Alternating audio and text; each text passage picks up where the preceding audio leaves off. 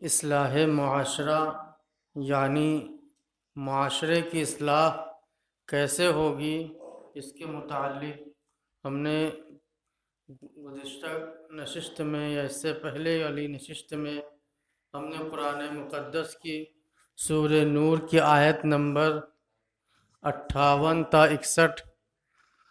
کی آیت کا ذکر کیا تھا اور تلاوت کی تھی، اور اس کے ترجمے ہم نے بتائے تھے کہ اللہ رب العزت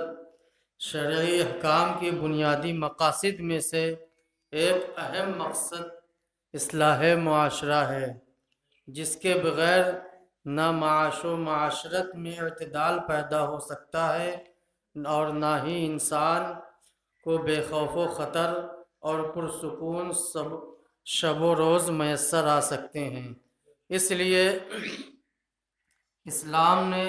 ان تمام مبادیات پر پابندی لگائی ہے جو معاشرے کے فساد اور خرابی کا پیش خیمہ اور سبب بنتے ہیں۔ استئذان یہ ایک ایسا اصول ہے جس کو اسلام نے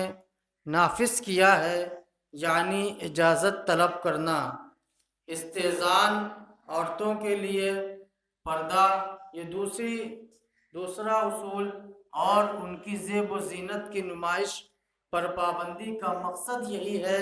جیسا کہ آپ اس سے پہلے آیتوں میں اسی کتاب کے ذریعے سن چکے اور سمجھ چکے، سیکھ چکے ہیں۔ اس مقصد کی اہمیت اور اس کی تاکید کا اندازہ اب آپ ان ہدایات سے کیجئے جو اللہ رب العزت نے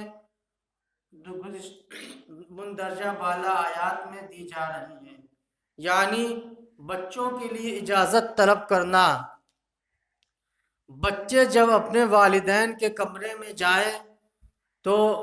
کب اجازت طلب کرنے کی ضرورت ہے اور کب ضرورت نہیں ہے، اس کے متعلق چند باتیں میں انشاءاللہ بتا کر رخصت ہو جاؤں گا۔ گھر میں داخل ہونے کے لیے ہر مرد و عورت کو اجازت طلب کرنے کا پابند کیا گیا ہے، چاہے وہ اپنا ہو یا غیر محرم ہو یا نامحرم ہو۔ بعض پر یہ پابندی واجب ہے اور بعض کے لیے اس پر عمل مستحب و افضل ہے، لیکن اب تک ہمیں یہ معلوم نہ ہو سکا تھا کہ اس سلسلے میں بچوں کے متعلق کیا حکم ہے۔ ان پر بھی یہ پابندی ہے یا وہ بلا اجازت گھروں میں داخل ہو سکتے ہیں؟ بچے جو چونکہ مکلف نہیں، اس لیے قرآن کریم ان کو خطاب نہیں فرماتا، تاہم والدین کے لیے بچوں کی تربیت کے احکام دیے گئے ہیں تاکہ بچے مکلف ہونے کی عمر سے پہلے ہی احکام شرع کو جان لیں اور ان کے پابند ہو جائیں۔ یہاں بھی یہی انداز اختیار کرتے ہوئے اہل ایمان کو ہدایت کی جا رہی ہے کہ تم اپنے بچوں کو بھی یہ تربیت دو کہ وہ اپنے گھروں میں یا کسی دوسرے کے گھر میں داخل ہونے سے قبل اجازت مانگا کریں، تاکہ وہ بھی استئذان کے شرعی حکم کے عادی ہو جائیں اور مکلف ہو جانے کے بعد انہیں یہ بتانے کی ضرورت پیش نہ آئے کہ گھر میں داخل ہونے کے لیے اجازت لینا ضروری ہے۔ اور بقیہ باتیں انشاءاللہ ہم آئندہ نشست میں کریں گے اور سیکھیں گے کہ استئذان کے کتنے فائدے ہیں اور والدین کے لیے اپنے بچوں کی پرورش کتنی اہم ہے کہ انہیں استئذان کے بارے میں بتلانا اور سکھانا کتنا اہم ہے۔